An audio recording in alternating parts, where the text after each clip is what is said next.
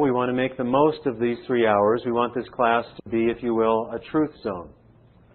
And for it to be a truth zone with all the sensibilities of popular culture. Meaning, we have to be very careful to not be distracted by anything.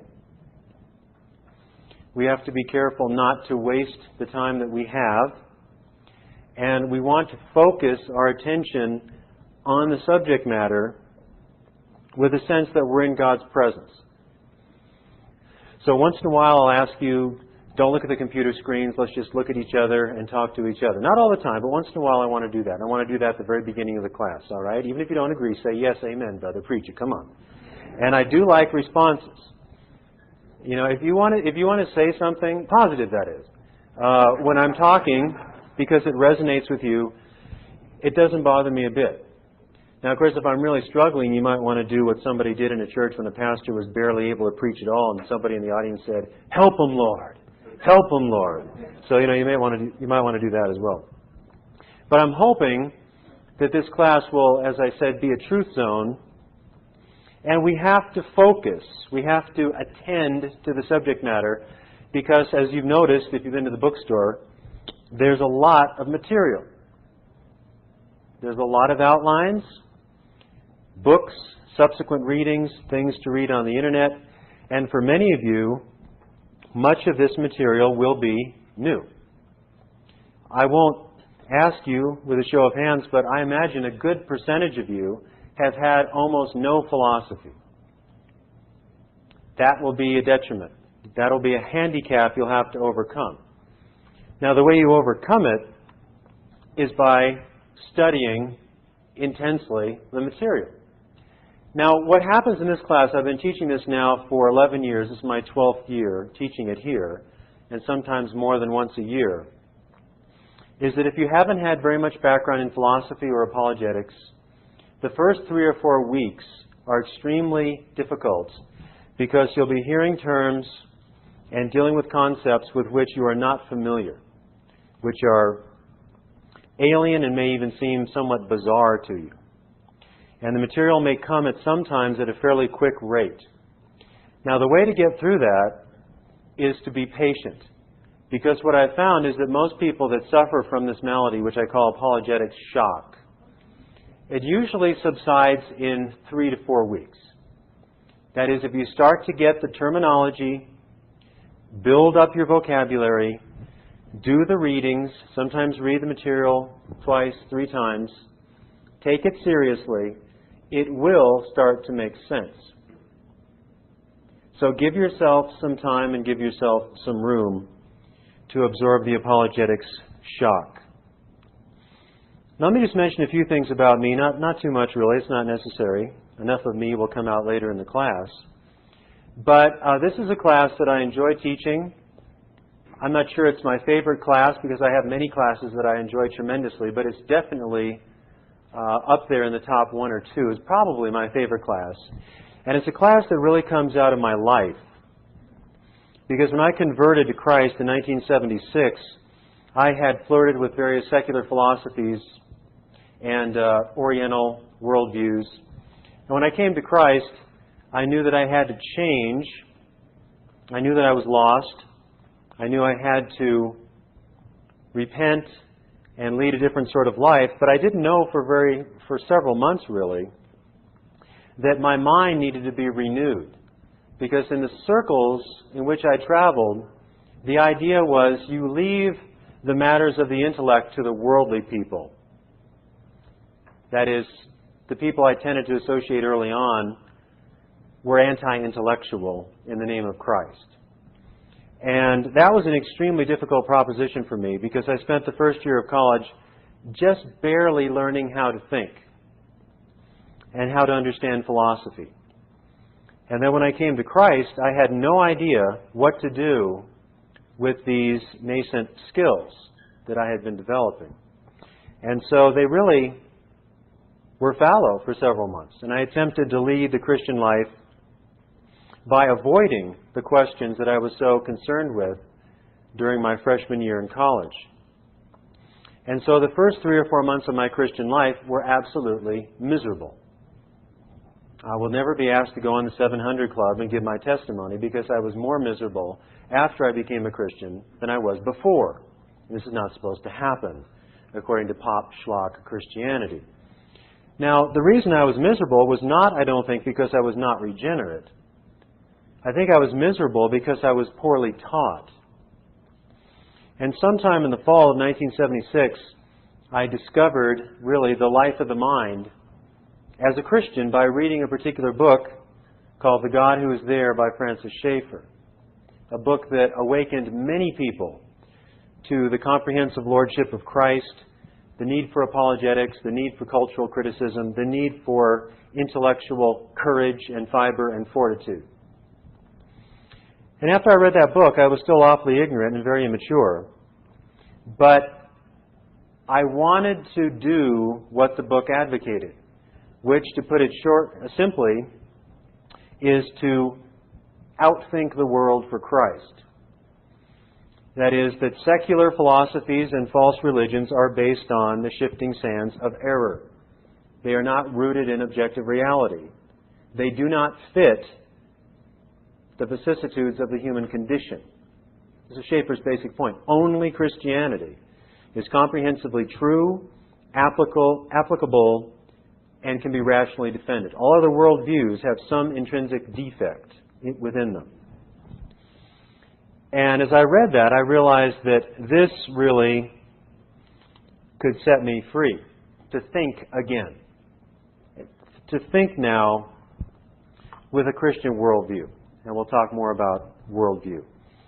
So after that, I pursued education. I eventually got a PhD in philosophy. I've written several books and so on. But I guess you would say that my ruling passion really is to attempt to speak the truth of the Christian worldview into unbelieving settings and to build up believers in the knowledge of the truth and in the rationality of what we believe, and to try to indicate, if not demonstrate, the irrationality of non-Christian worldviews.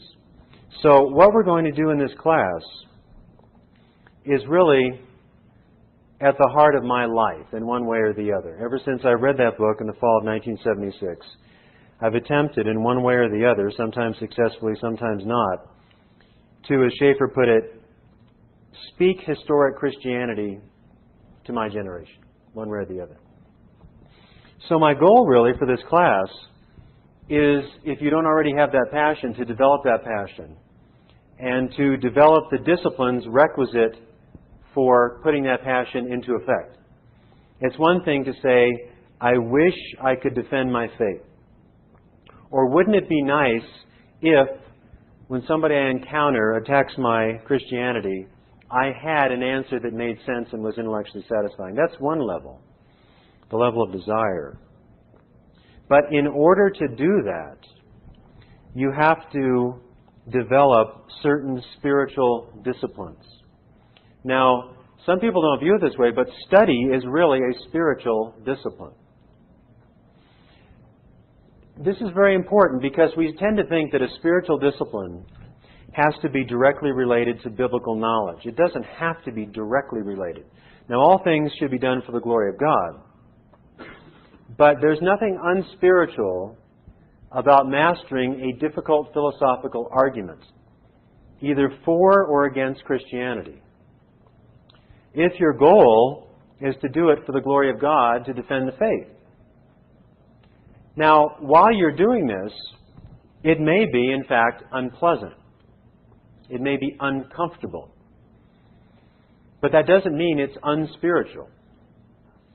Years ago, a student was saying, I just wonder sometimes about my seminary training. I spent hours and hours translating the biblical text, and I just wonder if I'm getting anything out of it spiritually. It seems so dry. And I said, Rick, have you learned more truth about God from your study of the Bible in the languages? And he said, yes. And I said, then the Holy Spirit is working in your life. You don't have to have Holy Spirit goosebumps. It doesn't have to feel exhilarating or elevating for you to be further and further convinced and secured in the truth of the faith. So what I'm, I guess, warning you about or encouraging you about is that this is not an easy class. I mean, the grapevine around here is pretty good, right? Watch out for Groothuis and Blomberg. The grapevine is pretty good. And yes, I do expect a lot of you. And I won't get to the syllabus for a moment because I don't like preaching out of syllabi. But the syllabus requires papers. A lot of papers. Actually, one less paper than last year. I cut it back, if you can imagine that. There's one less paper than last year. So to write a paper that shows learning and maturity in the spiritual discipline of study for the glory of God and defending the faith, you have to develop a certain approach to life, if you haven't already. And many of you already have, and so I don't have to speak to you. But the class, and really all of our classes, challenge you to become a more contemplative person. And again, I said this class is at war with the sensibilities of popular culture. Because in popular culture, you don't spend 3 hours thinking about difficult issues. You spend 10 minutes and you're on to a commercial. You have sound bites. You have factoids. Or you have little visual images that communicate almost no truth. Okay, you might call them not factoids, but videoids or vidiots. All right? So this class will have exactly one video at the very end of the class when we talk about the intelligent design movement. And that is only because the video presentation captures the argument very powerfully. What I would like you to do is to attend to the material in your books, in the notes, to me, and to each other. And they might be thinking, we've got about 100 people in here. How can you have any kind of discussion? It's not easy. So we're all in this together, all 100 of us. But I don't want to simply be dispensing information without some kind of interaction. So if you have a question, put your hand up. I don't guarantee that I will always call on you. We will eventually do some role playing, and that'll have some structure to it. I'll give you the worldview of a New Ager and of a Muslim ahead of time, and then we'll divide up into groups, and each group will be like a team to respond to one part of that person's worldview. And I role play being a New Ager, and I'm a really killer New Ager. Watch out. So I've written 5 books against the New Age movement, so I'm a very good New Ager. And I'll also pretend to be a Muslim. I may even just lapse into role playing if the Spirit moves. So you've got to be ready at any time. If I start saying the opposite of what you think is right, I may be role playing. Or it may just be that you're wrong. Okay? So we want to work very hard to have the proper environment for the class. I've encouraged you in the syllabus to pray for the class, for your fellow students. Pray for me, pray for yourself. The enemy does not like apologetics. And frankly, the enemy's done a very good job, you might even say a hell of a job, at extinguishing apologetics in the church. You may have read my Apologetics Manifesto. Apologetics is alive and well in some parts of evangelicalism. And thank God it is. But in many parts of evangelicalism, it's never preached, it's never taught in adult ed, it's never incorporated into evangelistic outreach, and it is not part of the Christian subculture. The best-selling books are not books related to theology or apologetics. So, the enemy of our souls really does not want this class to succeed and does not want you to master the material. It does not want me to present it well in an engaging fashion. So please, pray for yourself, pray for me, pray for your other students, that we would make the most of the time that we have together. Now, in terms of apologetics in the church, let me just make a few more informal remarks. A lot of people are saying now, and we'll spend a lot of time on this, well, you know, postmodern people are not interested in rationality and truth, objective truth. They are interested in community. They are interested in various activities that are warm and embracing and inclusive. And postmodern people have no patience for arguments or rational presentations. They are driven by visual images, and they are driven by certain types of relational activities. And so whether you're dealing with people in the church or outside of the church, you should not emphasize objective truth or careful, crisp, rational arguments. You may have heard this from various people who are spokespeople for what they might call the postmodern movement in the church, so sometimes called the emerging church. Well, that's pretty amorphous. The short version of that is all that is a crock. You can fill the crock with whatever you like. But let me give you some just background from my own experience about this. This year, I was asked, actually by a man in the room, to teach for several weeks at a church in town called Riverside Baptist Church. Actually, to do 2 services, one at one campus, one at the other campus, to do 14 weeks of messages. And I laid out the messages. About half were expositional, about half were topical. And I would give detailed notes every week. And I found, and I never dumb anything down. It's constitutionally impossible for me to dumb anything down. So I don't dumb anything down when I preach, or teach, or converse with people. And people at Riverside Baptist Church rose to the occasion. This is kind of a middle to lower middle class, multi-ethnic church, especially the one downtown. Not like you have all professors, professionals. It's a very mixed group. And I start preaching about 40 to 45 minutes every Sunday. And one sermon, I just said, forget about the clock. I'm going to go with Kairos time, not Chronos, and I'll just preach until I'm done. I went an hour. Everybody was listening, turning pages, writing down notes. Afterward, I apologized to everybody. I'm sorry I went so long. People said, oh, we wish you would have gone longer. We like it. Now, these are the kind of responses I got. And actually, I came back for 6 more weeks. 5 months at Riverside Baptist Church. These are the kind of remarks I got from people. We like it when you use words we don't understand so we can look them up. We have to listen very hard when you speak. But we like to do that. We like to be challenged. People are coming up to me and asking me, well, what books should I read on this subject? Or have you ever thought about this issue? Or what about this issue? I think the most heartening responses I had were from teenagers who would email me or talk to me after the sermon and say, I got a lot out of your sermon. They helped me. Sermons helped me. They encouraged me. Or one woman said, I didn't graduate from high school, and your sermons are difficult for me, but I take them seriously. I read the notes, I go home, I listen to the tape again, and I learn a lot from what you preach. Now, I'm not saying that to build myself up. I'm saying that as empirical evidence, all right, that a curmudgeon professor can spend 5 months in a Baptist church pulpit and remain a curmudgeon philosophy professor, and people love it. Generally. You know, a few people I'm sure didn't like it, but I think that we need to challenge people intellectually with the Christian message. People in the church and people outside the church. And I've also done a lot of speaking over the years in various groups, in Boulder, various other campuses, panel discussions, a few debates, discussions. And up until the present day, people are still asking the great questions. Where did I come from? Who am I? Where am I going? They're asking theological questions, free will, predestination, the problem of evil. How can Jesus be both God and human? They are asking the fundamental, intellectual, abstract questions today in postmodern America. You might be saying, well, you just go to the churches where people are already into that kind of thing. You know, the modernist churches. The churches that haven't gotten with it yet.